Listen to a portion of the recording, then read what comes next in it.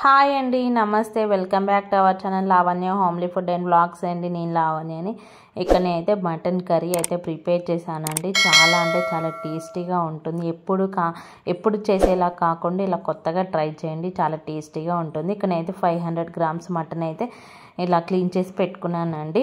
ఫ్రెష్గా 2-3 times wash చేసుకున్నాను. So ఇక్కడైతే గ్రీన్ చిల్లీ, ఆనియన్ 2 ఆనియన్స్ తీసుకున్నాను, 1 టమాటో తీసుకున్నాను, బిగ్ సైజ్ టమాటో.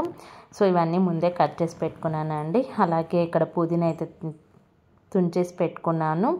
సో ఇక్కడైతే నేను కుక్కర్ పెట్టుకున్నానండి. దాంట్లో 3 టేబుల్ స్పూన్స్ ఆయిల్ అయితే వేసుకున్నాను. మనకి మటన్ కర్రీ అంటే నాన్ వెజ్ అంటే ఆయిల్ ఎక్కువ ఉంటేనే బాగుంటుందండి. ఇక్కడైతే నేను చెక్క, లవంగం, ఇలాచి, బిర్యానీ ఆకు అయితే వేసుకున్నానండి.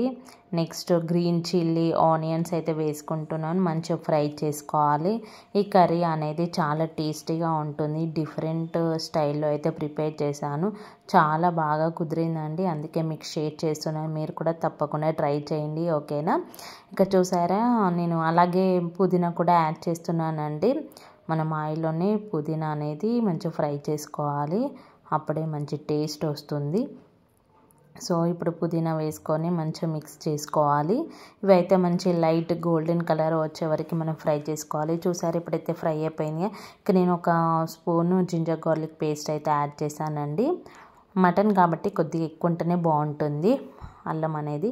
So next turmeric powder 1/2 spoon అయితే వేసుకున్నాను. మంచిగా మిక్స్ చేసుకోవాలి.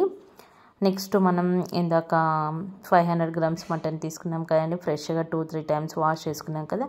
సో ఇప్పుడైతే మనం మటన్ అయితే యాడ్ చేయాలి. ఇప్పుడు మటన్ అయితే యాడ్ చేసాం కదా, మంచిగా మిక్స్ చేసుకోవాలి.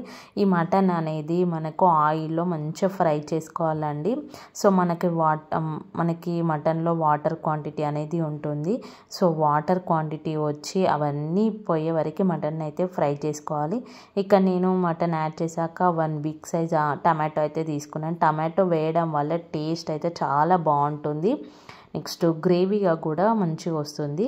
సో చూసారా, ఇప్పుడైతే టమాటా యాడ్ చేసాకనైతే సాల్ట్ అయితే వేయలేదండి. చూసారా, మనకి మటన్ నుంచి ఎలా వాటర్ వచ్చాయి, వాటర్ అన్నీ మనకి ఇంకిపోవాలండి.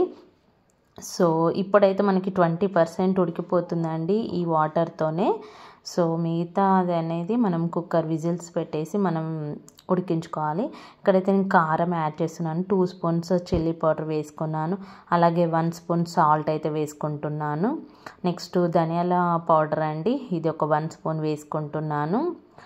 Next garam masala just 1/2 spoon అయితే వేసుకుంటున్నాను. దీంట్లోకి మెయిన్గా నేనైతే ఒక మసాలా అయితే స్పెషల్ మసాలా అయితే ప్రిపేర్ చేశానండి. దానికోసం నేను ఇలా గసగసాలు, డ్రై కోకోనట్, ధనియాలు, బిర్యానీ లీఫ్, స్టారు, చెక్క, లవంగం, ఇలాచి ఇవైతే తీసుకొని మంచిగా ఫ్రై చేసుకోవాలండి, అంటే డ్రై రోస్ట్ చేసుకోవాలి. సో ఈ మసాలా అనేది మనం దేంట్లోకైనా ప్రిపేర్ చేసుకోవచ్చండి, అంటే నాన్ వెజ్లకి దేంట్లో వేసుకున్నా బాగుంటుంది. సో ఇవైతే మంచిగా ఇట్లా ఫ్రై చేసుకున్నాక లాస్ట్కి స్టవ్ ఆఫ్ చేశాక మనం గసగసాలు అనేది ఫ్రై చేసుకోవాలండి. ముందే వేసుకుంటే మాడిపోయే ఛాన్సెస్ ఉంటాయి. సో అందుకే స్టవ్ ఆఫ్ చేశాక ఇలా వేసుకుంటా వేడికి మనకి ఫ్రై అయిపోతాయి గసగసాలు కూడా. ఇవి మనం ఒక మిక్సీ జార్ తీసుకొని మంచిగా పౌడర్ చేసుకోవాలండి, ఫైన్ పౌడర్ అయితే చేసుకోవాలి. చూసారా, ఇలా అయితే పౌడర్ చేసుకున్నాను. ఇది మనం స్టోర్ కూడా చేసుకోవచ్చు అండి. నేనైతే స్టోర్ కూడా చేసుకున్నాను. సో ఇప్పుడైతే ఈ మసాలా అయితే జస్ట్ 1/2 స్పూన్ అయితే వేసుకుంటున్నాను. దీని ద్వారా టేస్ట్ అయితే చాలా బాగుంటుంది మటన్ కర్రీ అయితే. ఇదైతే నాది స్పెషల్ మసాలా అన్నట్టు. సో మీరు కూడా ఇలానే చేసుకోండి. సో ఇప్పుడైతే ఇంకా వేసుకున్నాం కదా, అన్ని స్పైసెస్ వేసుకున్నాము. సో మంచిగా మిక్స్ చేసుకోవాలి. ఇప్పుడు మిక్స్ చేసుకొని మనం ఇంకా మూత పెట్టేసుకోవాలండి. ఒక 5 మినిట్స్ అయితే ఇలా మగ్గించుకోవాలి. ఎందుకంటే మనం వేసిన స్పైసెస్ అనేది ముక్కలకి మంచిగా పడతాయండి ఇప్పుడే.